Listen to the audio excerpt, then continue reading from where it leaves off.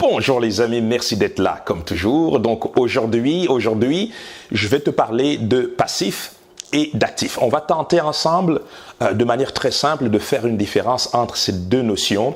Et il faut savoir que ces notions sont extrêmement importantes en finance personnelle ou dans le monde de la finance de manière générale, tout simplement. Mais aujourd'hui, comme tu le sais, l'idée ici, c'est de travailler sur ta prospérité financière, c'est de t'aider à avoir effectivement les idées claires quant au fait de bâtir ton patrimoine financier. Donc, ces deux notions sont extrêmement importantes. Donc, on va en parler aujourd'hui.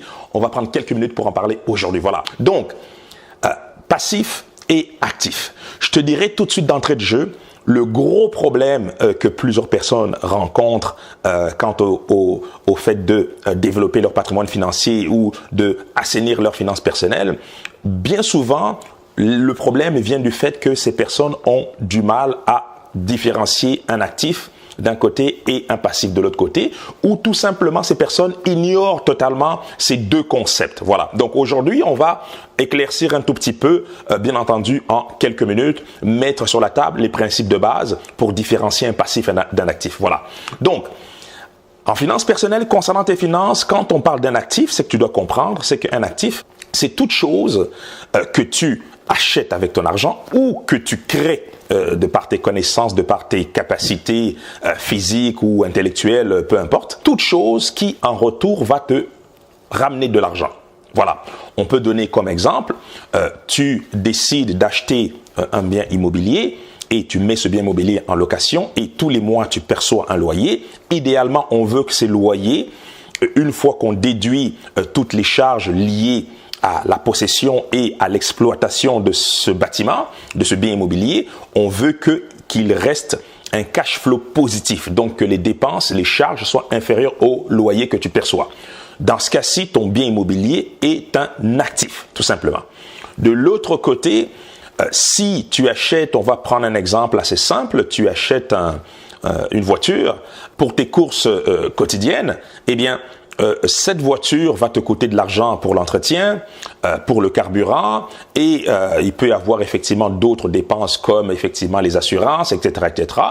Et clairement, même si cette voiture t'aide à te déplacer en ville, mais clairement, cette voiture est un passif parce que cette voiture te coûte de l'argent. Voilà. Donc, je viens de te donner deux exemples pour te faire comprendre clairement que d'un côté, on a une possession, un bien qui te ramène de l'argent.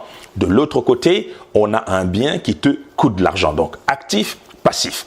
Le problème, c'est que pour la majorité, dû certainement à une programmation de la société de consommation, plusieurs personnes ignorent volontairement ou involontairement ces deux concepts et vont s'acharner toute leur vie à accumuler des passifs. Donc, des objets, des possessions qui vont leur coûter de l'argent. Donc, ces personnes ont des finances qui très rapidement vont se retrouver dans une mauvaise posture, tout simplement. Voilà. Donc, bien entendu, tu l'as compris, si tu souhaites effectivement exploiter en ta faveur ces deux concepts, l'idée, c'est d'avoir le plus d'actifs possible et d'avoir le moins de passifs possible. Bien entendu, dans la vie de tous les jours, il nous arrive d'avoir besoin d'acheter une voiture, d'acheter, admettons, une maison dans laquelle on va habiter avec notre famille, et on peut donner d'autres exemples comme ça. Donc, bien souvent, on ne peut pas ignorer ces besoins. Donc, bien souvent, on a des besoins justifiés, ne fût-ce que pour avoir un certain niveau de confort. Donc, il y aura toujours besoin d'acheter un passif dans nos vies, tout le temps. Donc, toute personne sur la planète ressent tôt ou tard le besoin d'acheter un ou des passifs.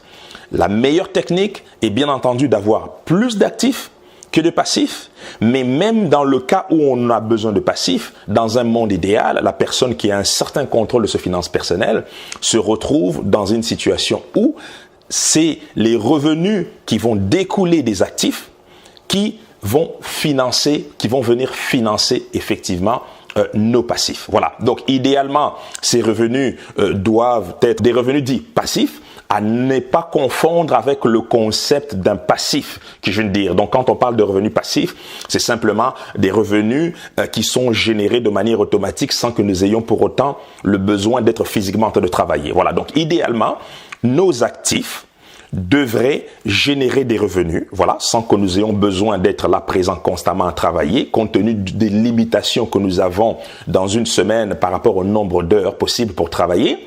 Et donc ces revenus-là devraient être égaux ou supérieurs à nos besoins de consommation, donc à nos besoins d'acheter des passifs, tout simplement. Et c'est dans ce cas-là qu'on peut dire effectivement qu'on atteint un certain équilibre, une forme d'aisance financière, si je puis dire. D'autres personnes vont parler de liberté financière ou encore d'indépendance financière. Voilà. Donc, tu as compris le concept. Donc, ces deux concepts de base sont des concepts extrêmement importants.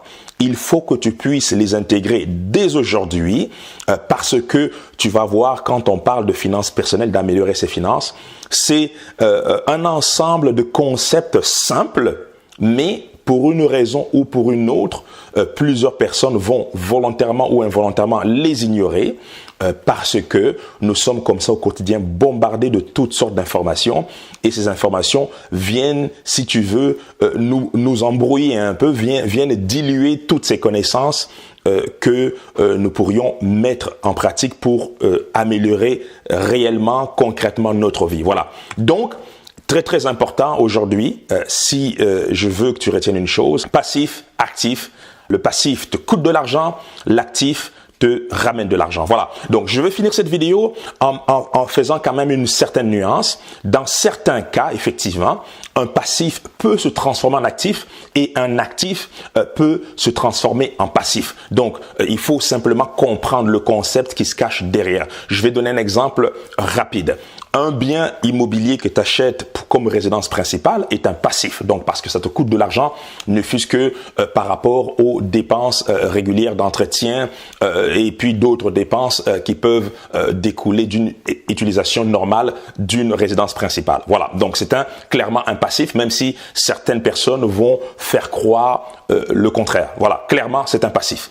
Par contre, le jour où tu décides de prendre cette résidence principale et de la mettre en location, eh bien, cette même résidence principale devient un actif, tout simplement. Et un deuxième exemple rapide, la même voiture que tu utilises pour tes déplacements en ville, pour tes besoins personnels, est un passif clairement, mais le jour où tu commences à utiliser ce véhicule pour les besoins d'une entreprise ou pour générer des revenus d'une manière ou d'une autre, eh bien, cette même voiture devient un actif, tout simplement. Voilà. Donc, voilà pour aujourd'hui. Donc, retiens ces deux concepts-là et je pense que si tu les maîtrises bien, si tu les intègres bien, ces deux concepts-là vont faire un gros changement par la suite. Donc, désormais, si tu as une dépense à faire, avant de faire cette dépense-là, pose-toi la question si c'est un actif ou un passif. Et si c'est un passif, pose-toi la question, est-ce que tu as réellement besoin de ce passif pour vivre? Est-ce que tu peux t'en passer? Est-ce que le prix de ce passif vaut réellement la peine? Et le prix que tu vas mettre dans ce passif, comment est-ce que cette dépense va hypothéquer ta santé financière? Comment est-ce que cette dépense va éventuellement t'empêcher d'acquérir des actifs par la suite? C'est une réflexion que tu dois constamment être en train de faire. Voilà.